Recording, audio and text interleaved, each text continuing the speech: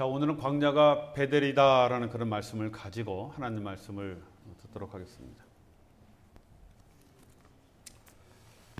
자, 저는 이제 5남매의 막내로 태어났습니다.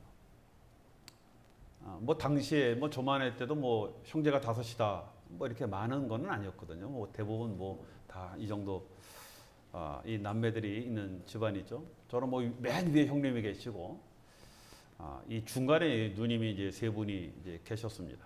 뭐 그러다 보니까 형님하고 나이 차이가 좀 많이 났죠. 뭐 11살 정도 저희 형님하고 이제 나이 차이가 납니다. 그러니까 우리 형님이 대학교 다니실 때 저는 이제 국민학생이었습니다. 그렇죠? 근데 우리 형님이 대학 다니시면서 학교에 그 등산 서클을 그렇게 가입을 하시고 등산을 이제 자주 갔습니다. 그런데 형님이 등산 가실 때 가끔 저를 데리고 가셨어요. 그렇죠? 저 같으면 대학생인데 그 국민학교 동생이 있으면 창피해서 안 데리고 갈 것 같은데 형님이 하여튼 가끔 저를 이제 데리고 갔습니다. 뭐 당시에 뭐 여러분 서울 근교에 가면은 우리 도봉산 있지 않습니까? 뭐 북한산도 있고 뭐 인수봉, 백운봉 이 뭐 세계적인 등산 코스 아니겠습니까? 여러분 인수봉 아니나 뭐 백운봉 이런 거는요 그 바위 엄청난 바위 그 암벽 등반은 세계적으로 굉장히 이름 나 있는 뭐 규모가 크다라기보다는 서울에서 차 타고 잠깐 가서 서울에 그런 엄청난 산이 있다는 것이 사람들에게 굉장히 메리트로 여기는 그런 산입니다. 자, 여기를 올라가는데 여러분 죽도록 힘들게 올라가지 않습니까? 어렸을 때 생각할 때 죽도록 힘들었던 것 같아요. 그렇죠? 그 올라갔다가 힘들게 올라갔다가 금방 내려오는 것 아니겠습니까? 그렇죠? 뭐 그러다 보니까 어렸을 때 그렇게 뭐 꼭 재미가 있었다라는 그런 생각은 갖지 않았습니다. 뭐 등산 하시는 분들은 정상에 올라갔을 때 뭐 그 기분 있지 않습니까? 뭐 정상을 정복했다라는 어떤 그 기분을 말씀하시는데 뭐 저는 뭐 그 정상에 올라가도 별로 뭐 감동도 없고 뭐 힘만 들고 문제는요 내려오는 것이 걱정이 됐어요. 힘차게 올라갔는데 내려오는 것. 여러분 등산해 보신 분 알잖아요. 올라가는 것보다 더 힘든 게 내려오는 것이다라는 것. 뭐 그래도 뭐 그때만 해도 뭐 특히 갈 데가 없지 않습니까? 그러니까 뭐 가끔 가다가 뭐 형님이 갈래? 그러면 형 나 갈게요 그러고 쫓아갔던 그런 기억이 있습니다. 뭐 그래서 그런지 아직도 뭐 저는 뭐 등산에 취미를 잘 붙이지 못하고 있습니다. 뭐 가끔 가다가 뭐 산행을 좀 하자 그러면은 저는 뭐 솔직히 마지못해서 쫓아가는 뭐 그런 상태입니다. 좀 웃으세요 오늘 이렇게. 뭐가 이렇게 심각하십니까? 여기 있는 목사는 여러분들의 마음을 풀으려고 지금 저희 족보까지 다 얘기하면서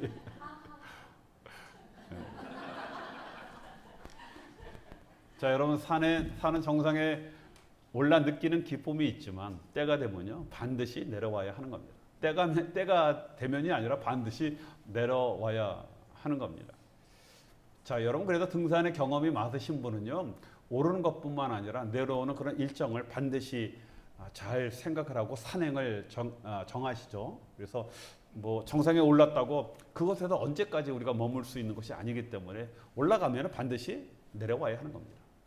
만약 정상에 오른 것만 계산하고 여러분 등산 계획을 짜면요 낭패를 당하죠. 그렇죠? 뭐 나중에 어떻게 내려올 것인가 잘 계획을 하고서 여러분 일정을 짜야 하는 겁니다. 자, 여러분 그래서 어떻게 보면 올라갈 때 어떤 산행을 올라갈 때 사고 나는 것보다 내려올 때 더 사고가 많이 발생하는 경우가 여기에 있습니다. 자, 여러분 사람들이요 우리가 다 세상에 살고 있지 않습니까? 이 세상에 살면서 저는 그렇게 생각을 합니다. 돌이킬 수 없는 가장 큰 잘못 우리가 범할 때가 있거든요. 자, 여러분 그 잘못은요 삶은 이 세상뿐이다라는 그런 생각이에요.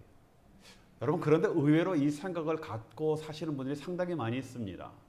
뭐 이 세상이 삶의 전부다라고 생각을 하니까 뭐 이 세상이 얼마나 소중하겠습니까? 그러니까 이 세상 살면서 이 세상에다가 뭔가 남기려고 한다는 겁니다. 그리고 한 번뿐이 이 세상 뭐 이제 끝나면 끝인데 여기서 뭔가 한번 내가 이루어야 될 거 아니냐? 뭐 정상에 한번 올라야 되지 않느냐? 뭐 이런 생각들을 대부분 사람들이 갖고 있거든요. 자, 그런데 여러분 이 세상은 우리가 마지막 목표가 있지 않습니까? 그 목표로 가기 위해 그냥 지나가는 것이다는 겁니다. 그렇죠? 자, 여러분 많은 그리스도인들도 이걸 알고 있어요. 그냥 세상은 우리는 나그네야, 그냥 지나가는 것이야 라고 생각을 하지만 그럼에도 불구하고 이 세상에 뭔가 좀 애착을 갖고 남기려고 하고 뭔가 내가 꼭 정상에 올라가야 한다라는 그런 강한 생각을 갖고 있는 분들이 많이 있습니다. 자, 여러분 그래서 우리가 이 세상에 올라갔다 하더라도 반드시 내려와야 하는 것. 왜 그렇습니까? 여러분 세상은 그냥 지나가는 나그네라니까요. 여러분 세상은요 우리가 지나가는 그냥 길입니다. 그렇죠? 여러분 진짜로 우리가 올라가야 할 곳이 있기 때문에 우리가 진짜로 가야 하는 그런 곳이기 때문에 여기는 그냥 지나가는 겁니다. 그렇죠? 다 두고 그냥 가야 하는 그런 곳이에요. 자, 여러분 이런 실수를 뭐 우리만 범합니까? 성경에 보니까 베드로도 그랬어요. 우리 예수님과 함께 변화산에 올라가지 않습니까? 거기서 누굴 만나요? 뭐 예수님께서 뭐 흰 광채로 그 엄청난 영광으로 우리 예수님께서 변모할 뿐만 아니라 거기에 모세도 내려오고 엘리야도 내려오고 만나게 되고 모세가 너무 좋은 거예요. 그렇죠? 그러니까 모세가 뭐라고 합니까? 주님, 제가 여기다 초막 셋을 질 테니까 우리 여기서 삽시다. 여기서 살았으면 좋겠습니다. 라고 이야기를 합니다. 그렇지만 다시 내려와야 했거든요. 거기서 영원히 살 수 있는 것이 아니에요. 왜 그렇습니까? 가야 할 길이 있기 때문에 반드시 내려와야 했다라는 것입니다. 자, 여러분 우리가 이 세상에서도 뭔가 잡은 것 같고 이런 것 같지만 언젠가는 다 놔둬야 하는 거예요. 계속적으로 제가 반복해서 얘기하지만 그냥 지나가는 것이니까요. 그렇죠? 근데 사람들이 이것을 잘 깨닫지 못합니다. 자, 그래서 하나님은요, 하나님의 백성이었던 이스라엘 백성들을 그래서 훈련을 시켜요. 우리가 그 훈련은 광야 훈련 이렇게 이야기를 합니다. 여러분 물론 이 팔레스타인 지형이요, 뭐 광야가 많은 그런 지형이니까 뭐 하나님께서 당연히 광야에서 이제 훈련을 시키셨다라는 그런 생각을 갖고 있는데, 여러분 광야를 가다 보면요, 물론 이제 뭐 때로는 오르는 것도 있고 내려가는 것도 있지 않습니까? 여러분 광야 가다 보면 아름다운 오아시스도 있지만은 어느 곳에도 정착하지 않았다는 겁니다. 하나님께서 정착하도록 그렇게 두지 않았어요. 가다 보니까 야 여기 오아시스 있네, 너무 좋다, 우리 여기서 그냥 살자, 그렇게 안 하셨거든요. 왜 그렇습니까? 여러분 광야는요 가나안으로 지나가는 길이기 때문에 그렇습니다. 거기는 정착하는 그런 곳이 아니에요. 우리의 마음과 우리의 어떤 이 모든 것을 거기다 두고 영원히 사는 그런 곳이 아니기 때문에 그렇습니다. 자, 여러분 그래도요 산은요 가다 보면 좀 그래도 쉴 곳이 있지 않습니까? 산에 가면 뭐 당연히 나무가 있으니까 뭐 시원한 그늘도 있고요. 때로는요 물도 있지 않습니까? 뭐 물도 이제 뭐 내려올 풍부한 물도 있고 볼거리도 있고 뭐 그렇습니다. 그런데 여러분 광야는요 그렇게 쉴 곳이 없거든요. 그렇죠? 뭐 볼 것도 없습니다. 그냥. 여러분 산은 가다가 올라가다 힘들면 어떻게 해요? 그냥 내려오면 돼요. 그렇죠? 근데 여러분 광야는요 힘들다고 돌아갈 수 있는 곳이 아니거든요. 그렇죠? 여러분 산은 물도 있고 조금 지식이 있으면요 생존할 수가 있습니다. 그런 생존할 거리가 많이 있어요. 근데 광야는요 아무것도 없는 그런 것입니다. 그래서 사람들이 산행은 가지만 광야를 여행하기 위해 들어가는 사람은 없어요. 그렇죠? 볼 것이 없거든요. 위험하기 때문에 가지 않습니다. 자, 그런데 왜 하나님께서 이스라엘 백성들을 이 광야로 들어가게 하셨을까? 그렇죠? 뭐 다른 훈련 방법도 얼마든지 있을 텐데 왜 광야로 들어가서 그 위험하고 정말 그 힘든 그곳에 그렇게 거기서 살게 하셨을까? 거기서 지나가게 하셨을까? 그것도 1, 2년도 아니고 하루 이틀도 아니고 장장 40년 동안 왜 그렇게 하셨을까? 여러분 생각해 보셨습니까?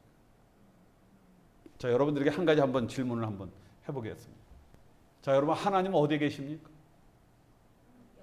그렇죠? 우리 무소부지하신 그런 하나님이죠. 하나님 어디나 계세요. 네. 근데 어디나 계신다고 우리가 만나는 건 아니거든요. 뭐 어디다 계시니까 우리가 항상 하나님을 다 만날 수 있는 것은 아닙니다. 여러분 예레미야서 29장 13절에 보면 이렇게 말씀을 하고 계세요. 너희가 전심으로 나를 찾고 찾으면 나를 만나리라 라고 말씀을 하셨어요. 여러분 하나님이 어디 계시나 무소부지하신 하나님이기 때문에 우리가 그냥 언제든지 하나님을 만날 수 있는 것이 아니에요. 우리가 어떨 때 만난다고요? 하나님을 찾아야 만나는 거예요. 찾지 않으면 못 만나니까요. 그렇죠? 하나님은 우리를 부르짖고 찾은 곳에 그곳에 계신다는 겁니다. 자, 그런데 우리가 언제 하나님을 부르짖고 찾습니까? 좋은 옷 입고 만난 거 먹고 정말 편안할 때, 아 정말 행복해, 그럴 때 그때 하나님 찾습니까? 그렇죠? 우리가 광야에서 우리가 하나님을 찾기 때문에 그래요. 광야에 들어가야 우리가 하나님을 찾습니다. 그래서 광야는 어떤 곳? 우리가 하나님을 만나는 곳. 여러분, 하나님께서 이스라엘과 함께 광야에 들어가신 이유가 바로 여기에 있습니다. 이스라엘 백성들이 하나님을 바라보게 하기 위함이거든요.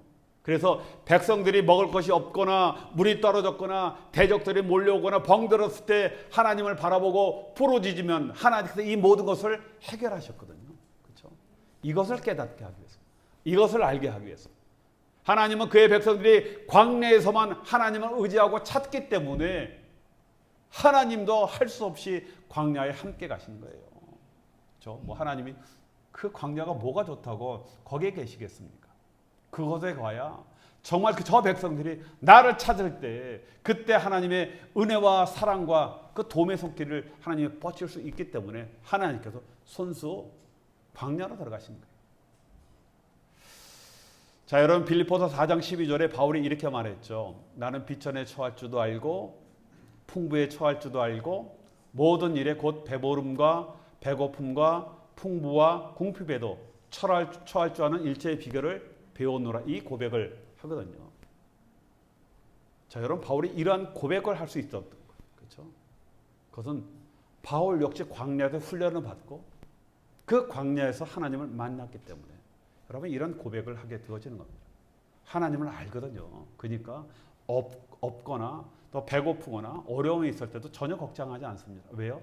부르짖으면 하나님의 도움의 손길이 온다라는 것을 알기 때문에 뭐 사도 바울이 인품이 좋아서 이런 자족의 어떤 믿음을 가진 것이 아니라 하나님을 알게 되어지니까 자족하는 믿음이 생기게 되어지는 겁니다. 다메섹에서 예수를 만난 바울은 그 후에 아라비아 광야로 가죠. 거기서 3년 동안 지나고 또 다소로 내려가서 10년 동안 묻혀 지내면서 그 13년에 광야와 같은 그런 삶을 사죠. 그 후에 바나바의 초청으로 안디옥에 와서 목회를 시작하고 선교사로 파송을 받게 되어지는 겁니다. 자, 여러분, 하나님은요, 하나님의 사람들을 반드시 인생의 광야에서 훈련을 시키십니다. 하나님, 저는 좀 광야 안 갔으면 좋겠거든요. 안 가고 잘 할게요. 그렇게 됐으면 얼마나 좋겠습니까? 하나님이 사랑하는 사람일수록 반드시 인생의 광야로 하나님께서 함께 가신다라는 겁니다. 그리고 그곳에서 어떻게 해요? 하나님을 만나게 하고 그 하나님만 의지하게 하고 그 의지하는 그 능력과 권세로 살게 이렇게 하신다는 겁니다. 이것이 은혜예요. 그렇죠? 근데 문제는요, 이것을 깨닫는 데 시간이 걸린다는 겁니다. 사람이 이걸 두려워하고 그 광야에 들어가는 것을 여러분 걱정하고 근심하거든요. 그렇죠? 자, 여러분, 오늘 말씀을 보면요, 오늘 야곱 이야기거든요. 오늘 솔직히 여러분, 야곱도 결국 인생의 광야에서 이 하나님을 만나게 되어집니다. 자, 여러분, 야곱이라는 이름의 뜻을 알죠? 발꿈치를 잡다 그런 뜻과 뭐 속이다라는 그런 뜻을 갖고 있는 그런 이름이에요. 이름이 좀 얍삽하죠? 얍삽하다. 그렇죠? 뭐 적당한 용어는 아니지만, 자, 여러분, 그의 이름과 같이 이 약삭빠른 인생을 솔직히 야곱이 살았거든요. 잔꾀로 자기가 가지려고 했던 것, 그것을 성취했던 그런 사람이었습니다. 자, 이런 분들은요, 하나님을 안 믿는 것이 아니라 그렇게 필요함을 깨닫지 못해요. 내 머리로, 내 경험으로, 내 재주로 내가 얼마든지 살 수 있으니까 꼭 굳이 하나님을 부르짖어서 찾아야 할 필요가 느끼지 않기 때문에 그렇습니다. 자, 여러분, 야곱에게 형 에서가 있었지만 어떻게 보면 말로만 형이죠. 태어날 때 어떻게 됩니까? 형의 뒷발꿈치를 잡고 태어난 쌍둥이거든요. 어떻게 보면요. 그렇죠? 여러분, 남자들은 한두 살 차이만 나도요, 항상 이 형을 넘으려고 해요. 만만해 보이거든요. 그렇죠? 근데 이 발꿈치를 잡고 태어난 것, 얼마나 이거 억울하겠습니까? 그렇죠? 근데 더구나 여러분, 당시에는 이 장자는 장자권이 있지 않습니까? 장자권이 있었어요. 당시에 여러분, 고대 근동 사회에서는요, 이 장자는 다른 형제들보다 아버지의 재산을 더블로 받거든요. 굉장한 권리입니다. 그렇죠? 자, 야곱은 둘째라는 것 것에 항상 아쉬운 마음이 있었습니다. 아버지 이삭도요, 그 에서로 더 사랑하지 않습니까? 어떻게 보면 왜 그렇습니까? 장자니까. 그렇죠? 같은 배 속에서 간발로 먼저 나왔지만 장자권을 에서에게 주어야 하는 그런 상황에 항상 그 야곱은 그 마음속에 불만이 있었을 겁니다. 자, 그래서 사냥을 하는 에서에 비해 힘이 딸리죠. 형은 사냥꾼이니까 힘이 좋죠. 그렇죠? 야곱은 이제 머리 꾀를 불려서 순리를 따르지 않고 이 팥죽 한 그릇과 장자권을 바꾸고 또 아버지를 속이고 그 축복을 받는 거예요. 그러니 형이 그냥 두겠습니까? 분노한 에서는 창세기 21장 41절에 보면 이렇게 나왔어요. 너 아버지가 죽는 날에 다가왔으니까 아버지가 죽으면 야곱을 죽이리라. 너 아버지 돌아가시면 너 나한테 죽어. 이 얘기거든요. 왜 이렇게 분노했겠습니까? 장자권을 속여서 팔았다 이게 아니에요. 그건 지가 배고프니까 지가 결정한 거예요. 진짜 화를 나게 한 게 뭐예요? 야곱이 아버지 속여갖고 저 에서예요 하라고 아버지 저 축복해 주세요 하고 축복권을 가로챈 거예요. 그렇죠? 아버지가 나이가 들어서 듣지도 못하고 잘 보지도 못하니까, 그렇죠? 그거 엄마가 맛있는 음식 딱 만들어 주니까 옷에다 양털로 싹 가죽으로 해갖고 아버지 저 에서입니다 목소리까지 번져 해가면서 아버지를 속여서 축복을 받는 거. 이것 때문에 형이 대노한 것 아니겠습니까? 죽이겠다라고 하니까 이야기를 들었던 그 어머니 리브가가 정말 얼마나 마음이 아프겠습니까? 형제가 정말 이 화목하면서 살아야 되는데 이 형이 동생 죽이겠다 하니까요. 야곱을 외삼촌이었던 라반 집으로 이제 피신을 시키게 되어지는 겁니다. 결국 잔꾀 때문에 형제들과 등지게 되어지고 부모를 떠나 낯선 곳으로 떠나는 그 야곱의 마음이 어떻겠습니까? 그렇죠? 당시에 팥죽으로 나 장자권 샀어. 아버지 축복받았어. 라고 좋았지만은 결과가 이렇게 되어지니까 그 마음속에 보면요. 이 성경에 두렵고 무서웠다라고 나와 있습니다. 형의 성질을 잘 알고 있거든요. 그렇죠? 또 삼촌의 집 하란으로 가는 길도 막막하고 두려운 마음으로 가지 않습니까? 어쩔 수 없이 가다 보니까 한 곳에 돌을 베개 삼아 야곱이 이제 잠을 자게 되어지는 거예요. 야영을 하는 겁니다. 지금 같으면 텐트라도 있겠지만 그때 텐트가 어디 있습니까? 돌 베개 담아서 이제 야영을 하는데 그때 꿈속에서 하늘에서 사닥다리가 내려오고 오르락내락하는 천사와 그 위에 계시는 하나님을 보게 되어지는 거거든요. 그리고 하나님께서 야곱을 축복을 하십니다. 그렇죠? 왜 야곱을 축복을 하세요? 축복 내용을 이렇게 보면요. 하나님께서 아브라함에게 하셨던 그 축복 그 내용입니다. 그 아버지, 할아버지, 아버지의 그 믿음 때문에 이 야곱이 하나님으로부터 축복을 받거든요. 자, 그러자 야곱도 하나님 앞에 축복받았으니까 서운해야죠. 그렇죠? 20절부터 22절에 보면 자신의 여러 문제들 다 내놓지 않습니까? 하나님께서 이것을 해결해 주시면은 제가 하나님을 섬기고 뭐라고요? 11조 드리겠습니다. 이렇게 서운합니다. 야곱이 11조를 하나님께 드리겠다라고 서운합니다. 여러분, 그래서 11조 서원은요, 다른 것이 아니에요. 율법적인 조항보다는 하나님을 향한 믿음의 행위였어요. 그렇죠? 하나님께서 저를 복 주시고 그렇게 보호하시고 저에게 하나님 그렇게 함께 하시겠다라고 하니까 여러분, 당시에 가장 귀한 게 뭡니까? 저에게 주신 이 축복의 물질의 10분의 1을 내 하나님 앞에 드리겠습니다 하는 그런 믿음의 고백이거든요. 그렇죠? 우리가 하나님 앞에 헌금할 때, 그렇죠? 목사가 헌금하세요라고 합니까? 우리 믿음으로 드리는 거잖아요. 그렇죠? 하나님 주신 거 감사하고 또 그래서 이 감사 헌금 또 11조 여러 가지 작정 헌금을 하나님 앞에 올려 드린 것 아니겠습니까? 자, 그리고 야곱이 하나님 앞에 이런 결단의 믿음을요, 입으로만 한 것이 아니라 이 11조를 통해서 하나님 앞에 제단을 쌓으면서 올려드리거든요. 이러한 믿음 속에 그다음에 하나님께서 역사를 하시는 겁니다. 자, 야곱이 하나님의 축복의 약속을 받았으니까 이제 만사 형통해야 되지 않겠습니까? 그런 이제 생각이 들었을지도 몰라요. 자, 하나님을 만난 그 시점을 만사 형통의 대로가 열리는 그런 시점이 되었을 것이다라고 생각을 하는데 그게 아니라 여러분, 바로 그 하나님을 만나고 하나님의 어떤 축복을 받은 그 시점부터 광야 학교로 들어가는 바로 그 시점이 되었다는 겁니다. 여러분, 여기서부터 야곱이요, 광야 학교에 들어가요. 여러분 그 후로부터 만사형통하는 것이 아니라 생고생합니다. 야곱은 삼촌에게 속잖아요.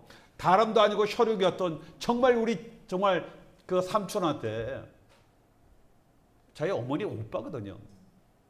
속아서 20년 동안 죽도록 일을 하죠. 어떻게 나옵니까? 밤에 야반 도주해요. 자기가 양들 챙기고 자기 부위들 챙겨갖고 야반 도주합니다. 뭐 이것만 있습니까? 형은요 끝까지 이 동생 야곱 죽이겠다고 그냥 군사 일으켜서 쫓아다니는 거예요. 그렇죠? 그러다 보니까 뭐 약복강 가서 뭐 자기 신세 뭐 한탄하다 보니까 환도뼈가 부러지도록 천사와 뭐 결혼은 그 광야에 정말 숨가쁜 그런 시간들을 야곱이 보냅니다. 그렇죠? 자, 여러분 하나님은요 하나님의 사람 축복의 사람들은 반드시 광야 학교로 보내세요. 그렇죠? 왜 그렇습니까? 그것에서 하나님을 만나기 때문에. 여기는 김 목사도요 보내봤거든요. 여러분 점잖게 앉아 계시지만 제가 볼 때 여기서 광야 학교 경험 안 해보신 분 한 분도 없거든요. 다 있으십니다. 여러분 사람들은요 광야에서 하나님을 바라보기 때문에 그래요. 저는 안 그래도 하나님 찾습니다. 저 하나님 바라봅니다. 그렇죠? 그래서 얼마나 좋겠습니까? 우리는 광야에 들어가야 여러분 하나님을 바라봅니다. 그래서 여러분 이것이 사는 길이고 이게 복의 길이기 때문에 그렇습니다. 자, 그래서 하나님은 축복의 사람들에게 광야의 인생을 살게 하십니다. 자, 어떤 사람은 하나님 왜 자신만을 바라보게 하느냐, 참 그 하나님이 이기적이다라고 이렇게 말을 하는 사람들이 있죠. 그렇죠? 세상 분들 그렇게 많이 하잖아요. 그런데 그분만이 우리의 생명이기 때문에 그렇습니다. 하나님만이 나를 너무나 잘 아시고 정말 나에게 축복하시고 나를 사랑하시는 분이기 때문에 그렇습니다. 자, 하나님께서는 축복의 사람으로 성장시키기 위해 하나님의 사람들을 광야로 보내신다라고 말씀을 드렸죠. 그렇죠? 자, 그런데 사람들은 자신이 지금 광야의 학교에 들어가고 있다는 것을 깨닫지 못하는 그런 경우들이 많이 있죠. 근데 여러분 만약에 깨달으면요 누가 들어가려고 하겠습니까? 저 어렸을 때요. 어렸을 때 약은 왜 이렇게 썼습니까? 그렇죠? 그때 약은 제 기억에 다 그 가루약이었어요. 그렇죠? 그래서 어머니가 수저에다가 가루약을 이렇게 넣고 손가락으로 이렇게 물 조금 넣고 이렇게 져서 먹으라면 미쳤습니까? 그거 먹게 안 먹죠. 입 안 벌리면 여기를 꼭 눌러갖고요. 얼마나 아파요 또. 입 벌리면 숟가락을 입에다 확 집어넣죠. 그러다 잘못 발못 쳐가면 목 쪽까지 숟가락이 확 들어가고 막 가래기려고 그랬던 그런 기억이 있습니다. 제가 왜 이렇게 잘 아냐면 제가 아까 말씀드렸죠. 제가 막내거든요. 모든 사랑을 다 혼자 받았기 때문에 그렇습니다. 아이들이 절대 먹으려고 하지 않죠. 힘들어서 먹이면요. 벌리면 다 뱉어요. 저는 뱉지는 못했습니다. 뱉었다는 그날 죽거든요. 자, 아이들이 부모가 나쁜 것 먹인 것 같아서 뱉습니까? 아니죠. 그렇죠? 뭐 우리 애들도요. 부모가 나쁜 거 먹이지 않는다는 거 잘 알아요. 그거 우리 엄마가 나한테 뭐 이상한 거 먹인다라고 뱉는 아들 어디 있습니까? 뱉는 이유가 왜 뱉어요? 쓰니까 뱉죠. 단지 써서 배운 거지 이상한 거 먹인다라고 뱉는 그런 아이들은 없습니다. 그렇죠? 뭐 아이들만 그렇습니까? 우리도 마찬가지잖아요. 우리도 절대로 광야학교에 들어가려고 하지 않습니다. 들어가면 알거든요. 저 힘들고 뭐 죽을 때까지 정말 버리적거려야 한다는 거 알기 때문에 잘 들어가려고 하지 않거든요. 만약에 이 야곱도요. 자신이 가는 길이 광야의 길이다라고 하면 아마 결코 들어가려고 하지 않았을 겁니다. 자, 그런데 하나님께서 야곱 혼자 보내지 않고 함께 가시겠다고 약속을 하세요. 여러분 15절 말씀에 보면 이렇게 말씀하셨습니다. 내가 너에게 약속한 것을 다 이루기까지 내가 너 축복하겠다라고 말하지 않았냐? 이걸 다 이루기까지 내가 너를 떠나지 않겠다라고 말씀하십니다. 아멘. 안 떠나겠다. 같이 하겠다. 이 얘기입니다. 그래서 여러분 광야는 들어가면 미치는 것이 아니라 이게 복이에요. 그렇죠? 여러분 야곱이 돌베개 베고 두려움에 잠에다 깨어나죠. 그동안 아무도 없이 혼자 있는 줄 알았는데 깨보니까 하나님이 함께 하신 것이었어요. 이때 야곱이 이걸 깨닫습니다. 그동안 자신은 하나님을 잊고 살았거든요. 그런데 하나님이 잊지 않고 그 야곱을 함께하고 있었다 하는 겁니다. 그리고 자신의 모든 인생의 길이 하나님께 달려 있음을 그곳에서 깨닫게 되어지는 겁니다. 자, 야곱이 하나님을 만나고 말씀을 깨달은 것, 그리고 거기다가 단을 쌓고 거기다 뭐라고 이름을 짓습니까? 베델이라고 이름 쳐요. 그렇죠? 여러분, 베델은 하나님의 집이란 그런 뜻입니다. 그리고 야곱이 17절에 이곳이 하늘로 들어가는 문이라고 이렇게 고백을 하고 있습니다. 그렇죠? 자, 야곱이 축복의 문을 발견한 거예요. 그런데 축복의 문은 하나님이 계신 광야로 들어가는 입구입니다. 입구. 그렇죠?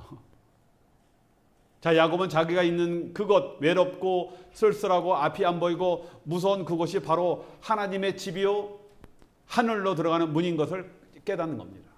자, 야곱이 다음날 아침 일찍 일어나서 베개 삼았던 그 돌을 가져다가 기둥으로 세우고 그 위에 기름을 붓고 그곳 이름을 베델이라고 이렇게 하였습니다. 그리고 영원히 하나님을 기억하도록 그렇게 하였다는 겁니다. 자, 여러분, 우리 광야 걸어봤죠? 그렇죠? 지금 또 걷고 있는 그런 분들도 계신데, 자, 여러분, 광야를 걸어보신 그런 분들은 하나님을 만난 베델이 있어요. 여러분, 기억 못해도 그렇지 베델 다 있습니다. 여기는 김 목사도요, 보면 그 광야 속에 정말 혼자 있고 혼자 인생 고생 다 하는 것 같고, 왜 나는 이렇게 지지리도 운이 없고 왜 이렇게 살까라고 생각했는데, 보면요 거기에 베델이 반드시 있습니다. 하나님을 만난, 그래서 그 하나님 때문에 또 질질 울면서 감사하고 그것 때문에 다시 힘을 일어섰던 그런 베델이 반드시 있습니다. 자, 어떤 분들은 광야의 길을 걸으면서 수많은 기적과 인도를 통해 보호받고 여기까지 왔음에도 불구하고 이것은 나의 스스로의 노력과 행운으로 생각하는 그런 분들이 있거든요. 여러분, 이런 분들은 왜 그렇습니까? 하나님을 잘 모르니까. 그리고 또 하나님을 믿지 않기 때문에 그렇습니다. 자, 저는 여러분들의 인생에 반드시 베델에 있기를 축원합니다. 아멘 하신 분들은 이제 광야 들어가는 거 컴플레인하면 안 돼요. 두려워하시면 안 됩니다.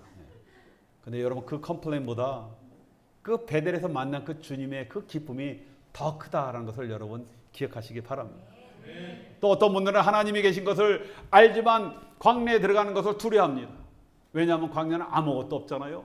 고생스럽다라고 생각을 하기 때문에 그렇습니다. 그런데 여러분, 실상 들어가 보면 가장 풍성한 것이 어디예요? 광야예요, 광야. 여러분, 하나님께서 이스라엘 백성들을 광야로 들어갔을 때 거기서 하나님이 만나 주셨거든요. 굶거나 목마르게 하시지 않았다는 겁니다. 여러분, 모세가 하나님을 만난 곳은요 궁궐이 아니에요.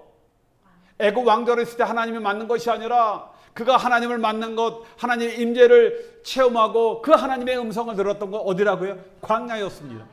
여러분, 이스라엘 백성들이 구름 기둥과 불 기둥으로 하나님의 임재를 체험하였던 것도 광야였어요.